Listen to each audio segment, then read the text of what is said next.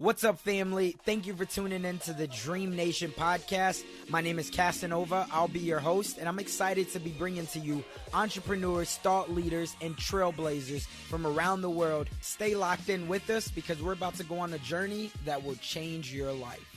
What's up, Dream Builder? We're back again, and today we have on the line Mr. Brilliant Spark himself, Simon T. Bailey. And I'm excited to bring this episode to you because in this one, we really break down what it means to shift your brilliance, what it means to live in your purpose, and also what it means to really just be authentic to who you are and not being afraid of your genius. I feel like so many of us, we have a genius, but either somebody else has talked that out of us, or we just feel like we're operating in an imposter syndrome and we don't know where to go. Let's go ahead and jump on into it. What's up, Dream Nation? We are back again, and I'm so excited to be bringing to you this episode because I tell you, every single episode, it is an opportunity for you to be able to take action on your dream. And this is a man I would like to consider a friend who allowed me to feel like I could take action on my dream just that much more. So without further ado, please help me in welcoming to the show my brother, Mr. Simon T. Bailey. Simon,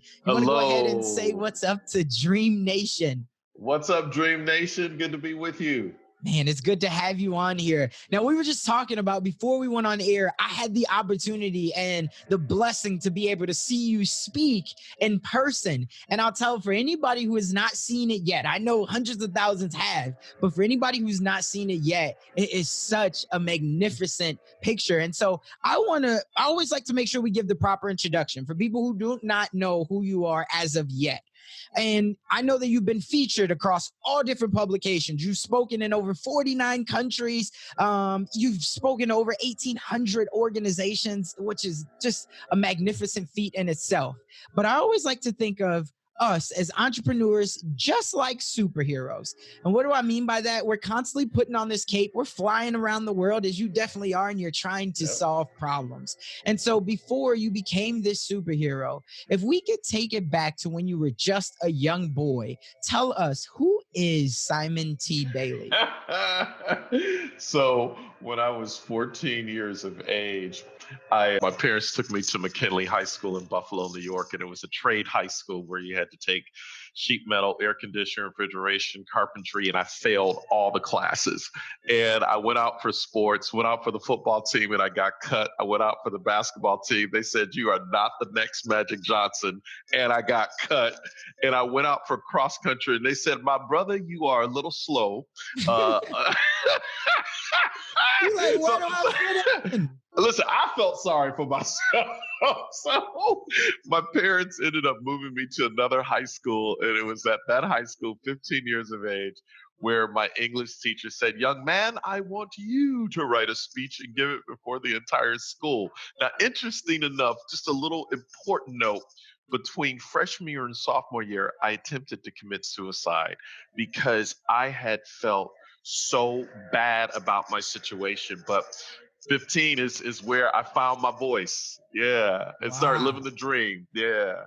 So let's talk about that. And you said you got cut from everything. Did you have any brothers or sisters when you were growing up? Like, what was your childhood like? Were your parents always encouraging, or were your parents always working? And so they just tried to put you into things to keep you active, so you felt like you just could never find your niche or your groove in the world. Yeah, well, I went to Catholic school, and then my parents put me in public school, and they put me in activities. So I was in a lot of different activities, but nothing was sticking. I wasn't really good at anything. I think they were just trying to keep me busy and out of trouble. And so all of a sudden I've been in high school, public high school at 15.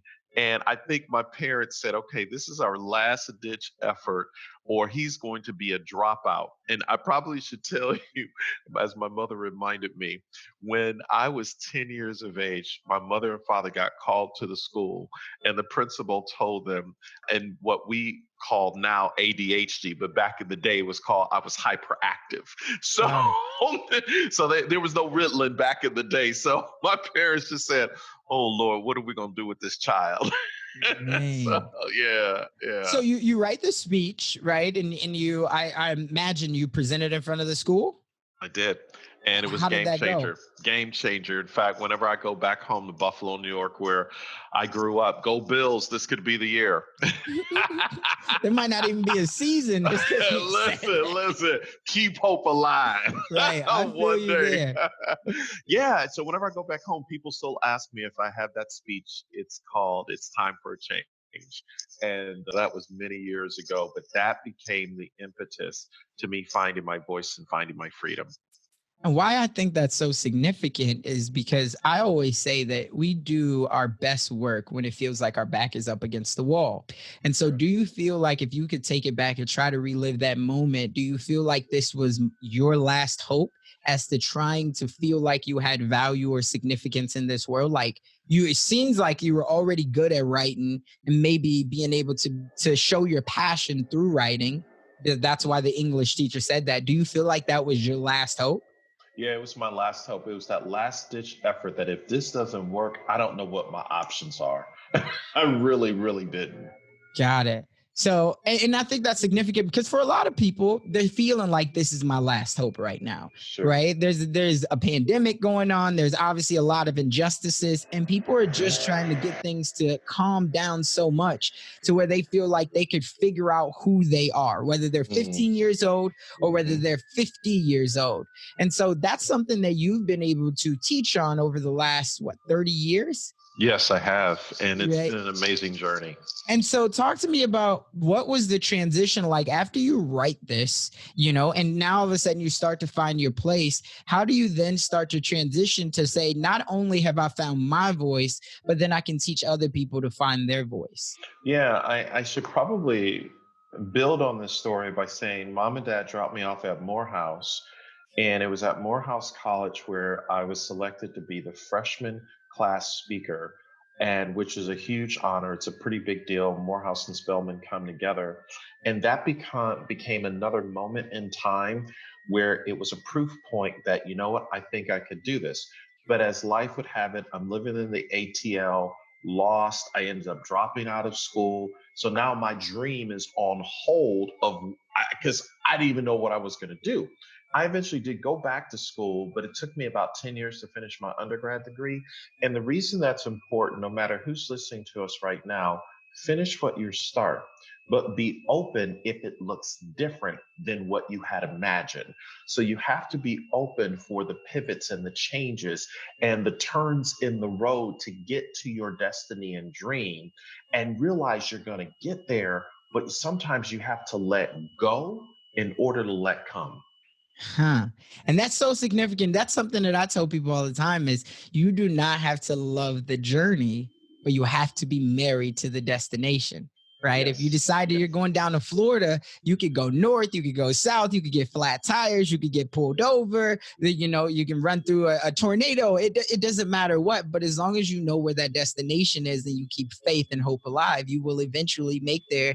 And what you want to do is enjoy the journey as much as possible, not love it, but embrace it and enjoy it to understand that all of these experiences will be significant to when you get there. It's like, man, this was worth it. So let's Mhm. talk about what was in the beginning, right? What was your biggest challenge as you started to release your own brilliance? Because you say you dropped out of college, you did wind Mhm. up going back, but Mhm. now that you've been able to impact thousands of people, talk to me about what was your biggest challenge if you can look back in that first 10 years. Yeah, it's number one, it's not who you are that holds you back, it's who you think you're not that holds you back. Sometimes you focus on who you think you're not instead of who you are. I think the second thing is realizing that the pigmentation of your skin doesn't prevent you or stop you. I'll never forget when I was 15, I was playing basketball, and this led to me wanting to commit suicide. And a boy said to me, "You are so ugly. You are black as tar. You are nothing." And it was like somebody took a knife and just like ripped me open. And so for a long time, I had to overcome what I would call comparison inferiority complex, because I would compare where I was to where others were. And if I didn't have the right skin, I thought my skin was a curse. I thought I was born into the wrong family. I grew up in an impoverished neighborhood. Buffalo, New York is the third poorest city in America, according to the US Census. So I realized I had to get into a new mental zip code. And when I changed and moved into that new mental zip code, I stopped comparing myself to others. I started believing in myself, but then I also realized this: the best hand that will feed you is the one at the end of your wrist. So I had to begin to move into action and not wait for the hookup. Wow. So talk to me about how did you move into this mental zip code? Because I think everybody can benefit from this. Was there a strategy? Was there a book or mentor, even a class or a seminar that you took that really allowed you to move that needle forward? Because a lot of people want to, they just don't know, where do I even start, and Mhm. is this the right path to do that? Yeah. Everyone listening to us, I strongly encourage you to pick up a copy of the book, download a copy of the book called Think and Grow Rich, A Black Choice. Mm. And that particular version is written by Dennis the Kimbrough. Dennis Kimbrough. Dr. Kimbrough, literally, his book became a lifesaver for me and a snapshot of what I could be. And I devoured that book. I highly recommend it to everyone. They got to read that book. Got it. What was the most significant aha moment that you got out of that book? When was there ever one story? Was there one part? Because they obviously document a lot of the stories in there. Was there one that really particularly stood out to you? Well, it's Dr. Kimbrough's story of how he was contacted by the Napoleon Hill Foundation and everything he had to persevere to get to that point. Now, granted, he was a successful professor at Clark Atlanta University, but all of a sudden he gets this opportunity and he had to recognize it and go for it. And what that taught me is sometimes opportunities are disguised as work. Mm. They're disguised as things you've never seen before. But the moment you see it, you won't unsee it. And when you begin to put a little elbow grease and lean in, all of a sudden you're like, that's it. And you go with it. Nobody else around you is going to understand it or even get it. Guess what? They're not supposed to, as long as you do. I That was my love it. biggest takeaway. Biggest I takeaway. love it. And Yeah. and so that's really key too, because you said, like, when you first started out, and for those who don't know, you were a big Disney executive, right? You were a sales director. You were running with one of, if not the largest company in terms of customer service and everyone knowing them. But you said, at one point, and I think I read this somewhere, but you said at one point you felt like you were a boss with an agenda versus being a leader with a vision. And for That's a correct. lot of people, if they're in the entrepreneurship game or they're thinking about it, I think the thing that becomes so daunting is you think, I can't do it all myself, but you don't know exactly how to build a team, how to build relationships, how to get other people to believe in your vision. And I think that that's something that you've been able to cast very well. What would you say is the number one way, or what's the first thing that someone needs to do to try to start creating a relationship and get other people to believe in their vision? Well, first of all, I'll never forget the words Zig Ziglar said to me before he passed away. Zig Ziglar was the preeminent 20th century motivational speaker. And he said to me, if you help enough people get what you want, enough people will help you get what you want. So Mm. you got to help others get what they want by asking them, in the words of Cuba Gooding Jr. and Jerry Maguire, help me help you. Where are you trying to go? And so before you show up to say, here's what I need, come follow me, help me fulfill my dream, what's your dream? And then you begin to sow and get involved in their dream, and they'll help you achieve your dream. I think the second thing is looking for individuals who are already doing what you're doing, but doing it, say, 10 times or 100 times better, and studying what did they do? What were their successes? And what were their failures? Because failure comes before success in the dictionary. So we learn quicker from failures. And I think the third thing is to find out when people achieve whatever is that thing that they're going after, how do you celebrate them? And then, because in celebrating them, they're going to help celebrate you. Got it. I love it. Was there ever a time that you thought in the beginning that there was no hope for you to become a speaker? And the reason why I ask this is because I think a lot of people right now, they would love to be able to share their message. And one thing you've been very clear on is how you share your message in terms of leadership, in terms of culture building. But for a lot of people right now, they listen at this and they say, "Man, I love the way that guy speaks, right? I love the way he Mhm. articulates himself, but I don't think I could ever do that." Was there ever a time that you were like, "Nah, maybe the speaking thing isn't for me," or did you know for early on that like you had the gift? You know what? So I knew early on I had something, but sometimes you need seasoning in order to really become all that you possibly can be. So I'll give you two quick examples. If you've ever had any really a good deep fried turkey, all right, you know that the way that deep fried turkey is prepared is the night before. They take all of the seasoning, they melt the seasoning, put the seasoning in a syringe, and then they take that syringe, put it in the turkey, and they release the seasoning into the turkey. They put the turkey in the refrigerator overnight so that the seasoning can marinate. Then they take it out the next day, drop it in that 400 Fahrenheit peanut oil. I know some people already got their knife and fork out right now. Track it with me. Right. But when you put that knife and fork in that turkey, you're like, oh, it's good. It's because it's seasoning. What I recognize in my journey is I had a gift, but I needed seasoning. I needed to embrace that I had something, but I wasn't good. And so the second story is I for 10 years, I wanted to speak for the $1 Million Roundtable, which is a huge deal in the financial and insurance industry. I mean, it is like the place you want to be. So for 10 straight years, I had submitted my media information. They viewed it and they said, "You're not that good." So I literally got a Dear John email saying, "You're not ready." So finally, I decided I needed to hire a coach. And the coach began to work on me. Not one coach, just two coaches that began to work with me to help me polish up and become better. And sure enough, I went back the following year and I was accepted.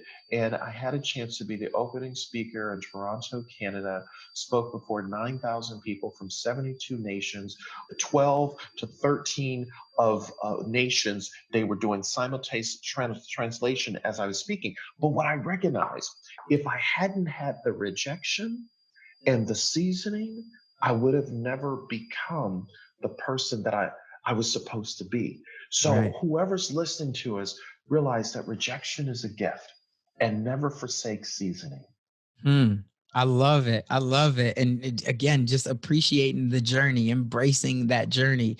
One thing that I've wondered as I met you the first time was, do you feel like anyone can really begin to speak and articulate the way that you can, right? And the reason why I say that is because yes, you had a coach, but for some people that say, I want to become a speaker, right? I'm not very good, but at the Yes. same time, can anyone get that? Or do you feel like, nah, like it's not, you can be your own way and you can have your own message, but can everyone become, as articulating as you are? Yes. And the answer is yes. And here's why. I've been doing this for 40 years, Mm. 30 years inside, businesses, organizations, and everything. But really, this has been 40 years in the making. And our team, just over the last year, has been creating this whole thing around how do you do it? And because I get so many calls from people weekly, monthly, quarterly. Hey, how do you do? And for me, it's like breathing air. I don't think about it. So Right. we decided to go into the laboratory and literally unpack how to present, how to embrace public speaking, and we'll be rolling out in the next month or so, this whole program around this concept. But here's what I'll say: the answer is absolutely yes. And speaking just really comes down to understanding how do you stand in your confidence and start with a conversation and then we unpack how do you move from the speech to the connection, because that's where it's at. And if Right. you've really studied any great speakers or presenters, they just have this way where it's not speechified, or it's like, hey, where's this going? And then all of a sudden you feel like you're in the living room, like you and I just having a conversation.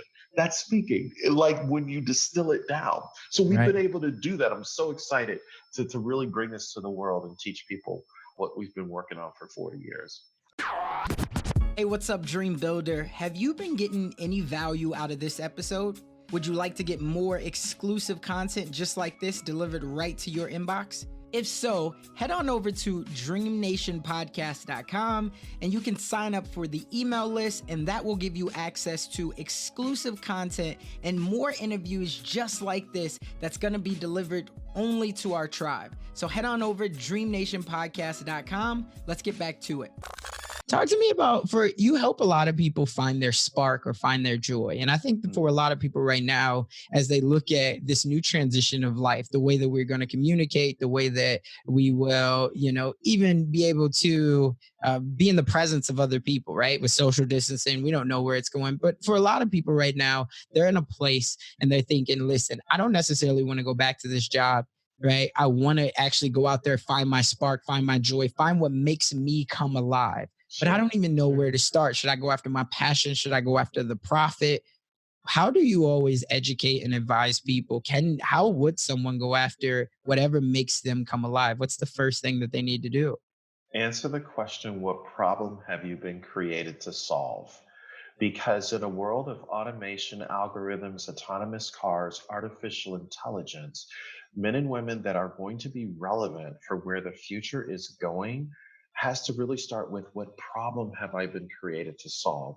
Now, once I understand that problem that I've been created to solve, what are the core skills that I need in order to be relevant? So let's take it back. And I hate to do this, but that's a complex question. It's a big question. It is, but an important question. Right. Because so many people have been told, oh, you can do anything, just go for it and pursue your passion. That's great. But you may not make money in your passion. And if money is the thing you need, then you have to think about, does this problem solve money? It can be my passion, but does it really solve a problem? Is it really, really needed? So in unpacking that particular question, you then say, what are the skills that I need for where the future is going? And LinkedIn has just released the top 5 skills that are needed for the workforce of the future. Skill number 1, creativity. All right. Skill number 2, persuasion, which is that public speaking. Skill number 3, adaptability, being able to change, flex, be agile. Skill number 4, collaboration, working with others who don't necessarily look like you, but you can show up on a team as a contractor, as an entrepreneur, as an employee, or as an intrapreneur to help move something forward. And then skill number 5, emotional intelligence, being self-aware, the ability to read what's going on in you and in others. So if I'm going to solve a problem, I have to think, do any of these 5 skills, do I need to improve? Do I have these 5 skills? Do I have one of them? And how do I go deep in those skills as I solve problems? I love it. Do you think that it's more valuable today to be a specialist or a generalist? Generalist, absolutely, hands down generalist. Wow. Let's unpack that for sure. Yeah, so here I am working at Disney, and I have 30 years in the hospitality industry, 6 different companies, 10 different jobs. So I've seen a lot, done a lot. But then I leave Disney and I'm now out here. And all I heard for 17 and a half years, you got to specialize in something. So I'm like, okay, my area that I'm going to specialize in is brilliance. So I started writing about brilliance, talking about brilliance. But then after a while, I realized, wait a minute, I want to do some other things. I just don't have to speak. I can create an online course. I can do executive coaching. I can write books. I can do, like, there were probably 5 other areas that I could go in. So be a generalist. And here's why I say this. A few years ago, I was invited to Johannesburg, South Africa, to be recognized at an event. And at the dinner the night before the event, I'm sitting next to a guy and, we exchanged names. And I said, so what do you do? And he says, I'm a slashy. And I'm like, what's a slashy? He said, I'm a digital photographer / I'm a computer programmer / and I'm a fashion designer slash. I said, how old are you? He says, I'm 22 years of age. And I realized in that moment, I went all the way to South Africa to get free. What he was saying is you can be a slashy. A slashy is the person that doesn't settle for the way it's always been done. They have what the new book that's out, the author name escapes me. The book is called Range. You got to Right. have range I in have, this yes, economy. But you yes. got to have it, and it's all good. And I love that, because obviously when most people are getting into business, they say find your niche, right? Find who is your ideal customer. What is the one problem that you can solve? You could do it better. And obviously there's different compelling arguments and persuasion to think. But one time I was talking to one of my buddies, and he's a barber, and he had said, he wanted to be the number one barber, but he also loves coaching. He loves all of this, but he wanted to be the number one barber. And I asked him the question. I said, would you agree that Steph Curry is probably the best shooter in the game, at least today, maybe even ever? And he said, yeah. And I said, great. And then I said, would you agree that probably right now LeBron's the best player in the NBA? And he was like, yeah. And I was like, would you ever draft, if you had one game where you were building a team around one person, would you ever take Steph Curry over LeBron? And just wanted to see his answer. And he said, no. And quickly. And I said, well, why not? And he said, well, with LeBron, you get the total package, right? With Steph Curry, you know you're going to get that jumper, but LeBron, you get it all. And I was like, so that was my point exactly. And I feel like I am one of the minority, just like you, that I believe that there's so much value in being a generalist. But in the world, they always tell you got to specialize, which makes people feel like they're being put into a box. Right. Right. And That's so, why the number one skill is creativity. A person that can be airdropped in any situation, and literally they channel their inner MacGyver. They're a Swiss Army knife. They can do a lot of things well. Multi-dimensional thinking. I love it. I love it. Now, for you, when you first got started in speaking, because I love the fact that you've spoken over 1,800 organizations, you do everything from coaching to consulting and everything else. A lot of people, they would like to get their world started in speaking, right? They would love to just share their message, whatever it is. But I think it's become so challenging because people don't know how to go out and find like paid speaking engagements. And for you, do you feel like right now, for where we are in the world, it's easy to be able to go out and find paid speaking engagements? Or do you feel like if you're going to try to become a speaker, go do it for free for 6 months to a year, and then the paid speaking engagements will come, later on down the road? Yes. So nothing is easy, because if it was easy, everybody would be doing it. So when I tell people I have to still get up every single day and dial for dollars as if it's day one, as if it's day one, I don't assume anything. But we've gotten smarter over the years as we think about our business. So if you were just starting out in this COVID-19 environment as a speaker, where should you start? You know what I would do? I would take a chapter out of the hip hop preacher, Eric. Eric Thomas. Eric Thomas. I would literally get on YouTube every single day, and I would have a motivational minute that you just put out there every single day and let people just get connected with your content. Second thing I would do is I would obviously have a website and create a blog. And I would go and get friends, family, besties, people all over, and create a surround sound and tell them, start sharing my blog with others. Third thing that I would do is I would go to organizations who are trying to get their remote staff to re-engage with a fresh new perspective, especially in light of everything that's happened over the last few weeks with Breonna Taylor, certainly George Floyd. And I would be so intentional to say, guess what? I can come to your organization via Zoom and I can deliver right through this medium, even if it's free before we get to fee. I would just show up and I would be everywhere. Because if you think about it, if you're really hungry, in the words of Les Brown, you probably could do 5 to 6 virtual webinars a day. like Mm. a day. And the free would lead to fee. How bad do you want it? But what I realized, some people are not willing to do the work. They're waiting for the phone to ring or the Right. email to come. And I have good news and I have better news. The phone is not going to ring, and the better news is you have to go after it. I love it. And that's so much of what it is, right? I mean, people have all of the opportunity in the world right now, but they're still not moving their needle. And when I say that, I said when this pandemic first was looking like it was about to hit, I said, this is going to be an opportunity for many people to reset their situation. Right. Totally. With all, we've never had the low interest rates, unemployment. Like now is that time that if you were ever going to take a risk, as long as it was a calculated risk, if you were Right. ever going to take a risk, these last 4 months have been all of that. Totally. Right. And so I Totally. love the fact that you said it, and hopefully somebody hears that and they say, you know what, that is something. But here's the other thing.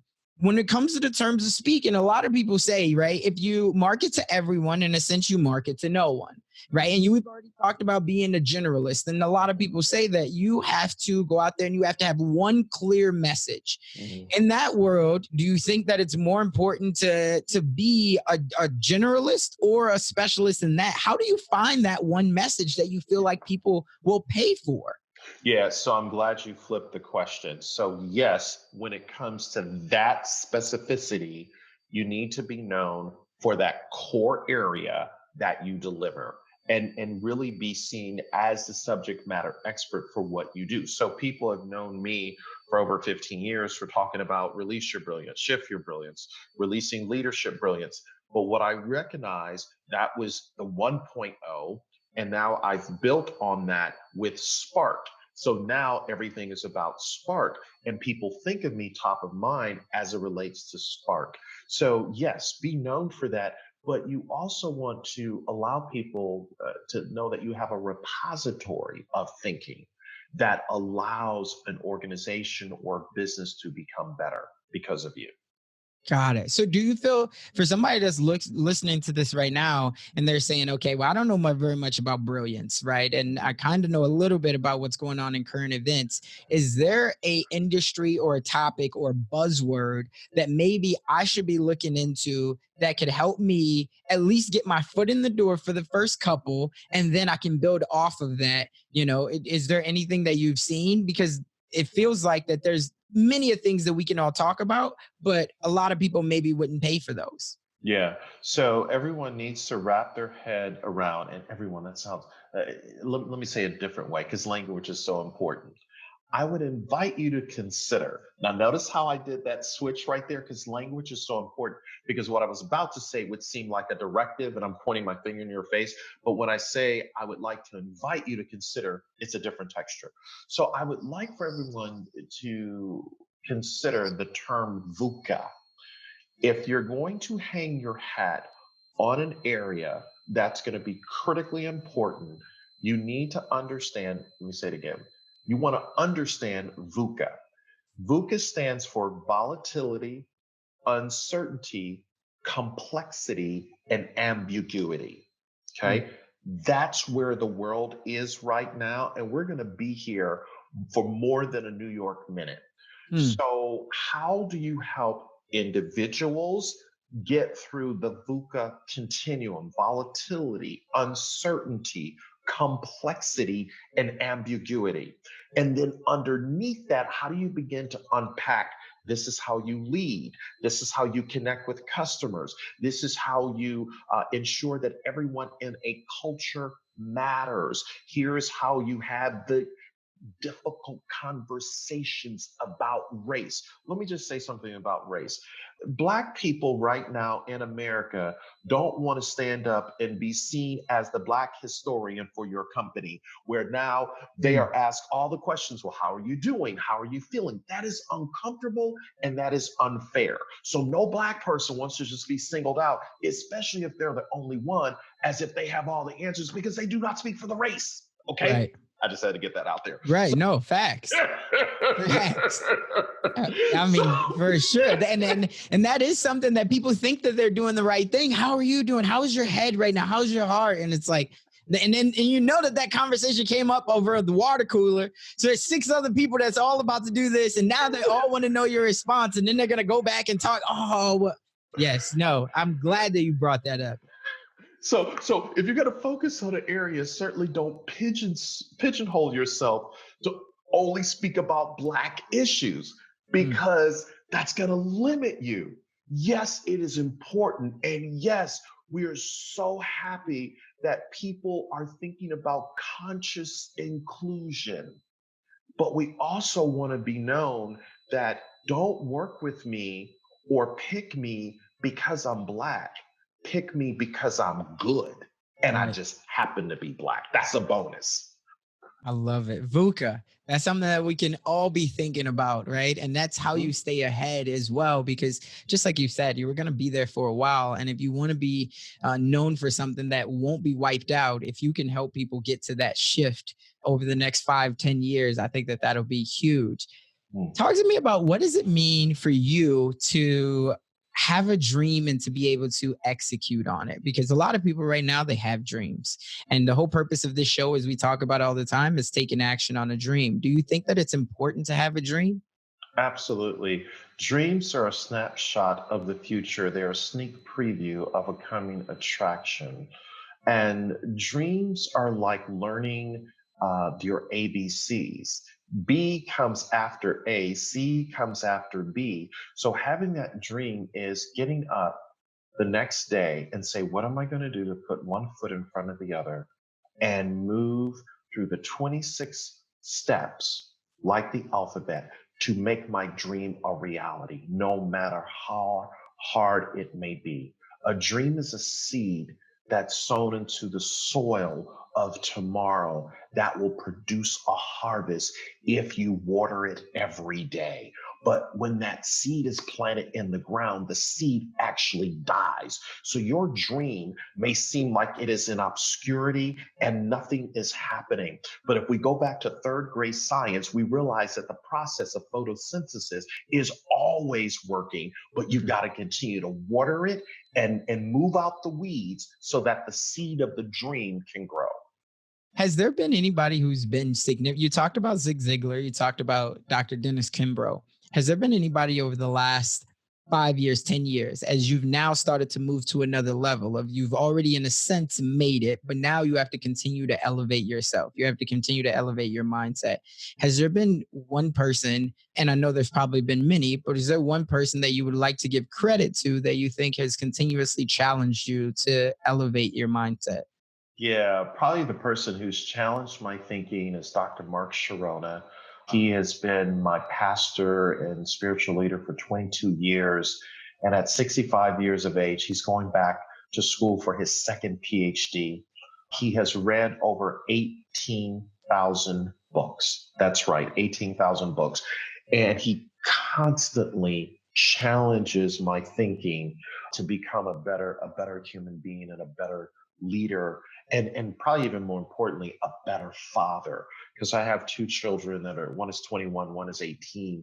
And what I recognize, a lot of who I have become is because of just watching, reading, listening. And I'll just say it this way: the well that you drink from is the well that you think from. And eventually, it is the well that you emulate and become. Hmm. Is there one time or one story of where you thought that you had the right answer, but he challenged you, or at least a narrative challenged you, and you look back on that and you're so happy that it happened? Totally. The narrative is, he asked me one day, how are you doing? And I said, if I had white skin, blonde hair, blue eyes, it would be very easy to succeed in America. And he said to me, you're stuck in your mind and your body thinking the pigmentation of your skin determines your future. And I said, how can you say that? You're a white man. And he said, when he and his wife first got married, they adopted two young African American boys. And he said, I've been telling them what they could be instead of what they couldn't be. And he said, I'm telling you, Simon T. Bailey, you were not born to fit in. You were born to be brilliant. And when he said it, it just, boom, unlocked something in me, because no one had ever told me that I was born to be brilliant. I just thought I was, hey, just kind of going through life, just trying to make the most of a little piece of a dream, right? But Right. all of a sudden, he said, "You're born to be brilliant." And that literally changed the trajectory of my life. I love it. For a lot of people, they want to have a mentor, they want to have a coach. And you talked about in the beginning, right? You needed to level up by getting a coach. And not only did you have a one, but you had two coaches that really helped you to take it to the next level. Mm-hmm. But people don't know. I think that one of the buzzwords out there is figure out a way to give value. But for someone like you, who looks like they already have a solid team, who looks like they already have written many books, how could someone give value to someone of your level? How could we get that mentorship, that coaching to be able to take our mindset to the next level? Yeah, so many people come to me and they want mentorship. And obviously I can't mentor all the people that come to me. So what I like to say before you step to me, read my books, read what I've already put out in the world, either online. I've got online classes with LinkedIn Learning and obviously the classes we do. So look at developing yourself from afar. And then when you come to me, say, "I already know what you teach about, what you write about, and here's how I've applied it to my life." Because, see, knowledge is information, right? And then understanding is comprehension. But wisdom, as Dr. Miles Monroe taught me, is application. Mm, So I want to know, how have you applied what I have shared through the material that is already there? Because so many times you just want to come and suck up your time and have not done the work. And right. I need you to do the work before you step to me. So then that lets me know that you're in and you're just not showing up with hat in hand, I right? And got we're it. just talking like, one book is like just a $20 investment, just a $20 investment. And if you Right. don't want to do that, I have a plethora of videos that are on YouTube that are free. Go there. And that's like mentors that I want to be mentored by, that I will never meet. I read their books, I watch their videos, I listen to their podcast. And that's how I continue to grow and be mentored from a distance. Got it. So you listen to I know you're a big avid reader, right? But Yeah. do you listen to podcasts as well? Oh, wow. Like, listen, how much time do you have? I listen to Strictly Business Podcast, The School of Greatness, Punk Rock HR. I mean, I listen to a ton. How I Built This, Guy Raz, Guy which Raz, is yeah. such a great podcast to understand the backstory of business. Oh my goodness. Podcasting is the new, what I would call the new digital university. You can get it in just a click of a button and learn so much. It's like an MBA, a mini MBA on steroids. Right. Yeah. When you put in podcasts with YouTube and there's nothing you can't learn. Right. And I love it that you said Guy Raz like that. He was definitely one of the first ones. And then Lewis House School of Greatness, all of these ones. But yeah, for sure. This has been such a phenomenal conversation. And I'm so glad that we got an opportunity to be able to release a little bit of your brilliance and be able to hopefully apply some of the wisdom that you've given us and create our own wisdom. The last thing I would like to ask is for someone out there, they're listening and they're inspired by you. They love the path that you've created and they want to blaze their own path, maybe similar to you, or maybe, it's something just totally different, but they want to have similar values and be able to just really execute. But they have that little voice in their head. And that little voice, I'm sure you've heard it before, but it says that they're not strong enough, they're not smart enough, or maybe they just don't have enough resources. What's the one thing that you would say to that person to get them to just take action? Yeah. There will never be a perfect time to become the person you might have been. Mm, You've got to make the move right now, because there's something called timing, and you don't want to miss your timing, because everybody that's supposed to help you when you show up on time, they're there to usher you to the next step in your journey. wow. I love it. I love it. Well, for anybody that wants to stay connected with you, where can they find you at? Yeah, Simon T. Bailey, T like terrific, .com. This is my website. Simon T. Bailey throughout all the social media platforms is how you can find me. There you have it. Well, remember, Dream Nation, hopefully you've gotten so much value out of this episode, as I told you in the beginning that you would, but you have to apply, because without it, it's only a fantasy. So remember, in the dream we trust. We'll catch you on the next one. That's all we got for this episode. Thank you for sticking around. That truly means a lot to me, and hopefully that means that we delivered massive value on this one.